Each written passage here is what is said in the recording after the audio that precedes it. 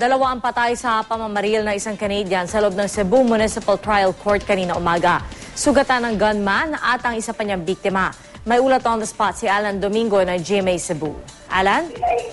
Yes, Pia, dalawang patay sa nangyaring pamamaril sa loob mismo ng Municipal Trial Court in City so MPCC Branch 1. There on the spot sina Attorney Joviana Tias at ang kanyang kliyente na si Dr. Rene Ramos. Nasa kritikal naman ang isang public prosecutor na si Maria Teresa Casino na nagtamo din ng sugat. Ang suspect naman na isang Canadian national na si John Pope critical din matapos na baril ng responding police at nandun din isinugod sa isang ospital dito sa Cebu City. Napagalaman na kamagsaring kaso ang pinakaharap ng suspect. Isa na rito itong malicious mischief dito sa MTCC Branch 1 na itinahil ng biktima. Sinisisi ngayon ng pamunuan ng Palace of Justice and Security kung bakit nakapasok ang baril dito sa Palace of Justice. Pansamantalang sinuspindidiya naman ang court hearing dito sa Palace of Justice dahil sa pangyayari.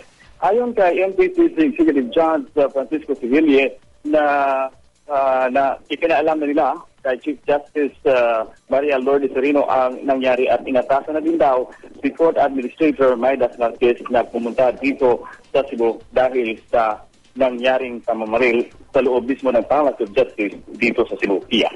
Alan, nabanggit mo na sinuspende muna yung hearing o yung pagdinig doon sa kaso, pero kamusta naman yung operasyon doon sa buong korte sa ngayon?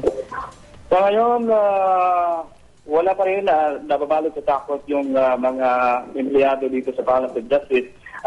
Yung nakausap kanina, halos lahat ng nervyos. At saka sinabi ni MTCC Executive Judge Sevilla na mag-recommend siya na isa sa ilalim ng stress debriefing yung mga empleyado na nakasaksi sa pangyayari kanina, Pia.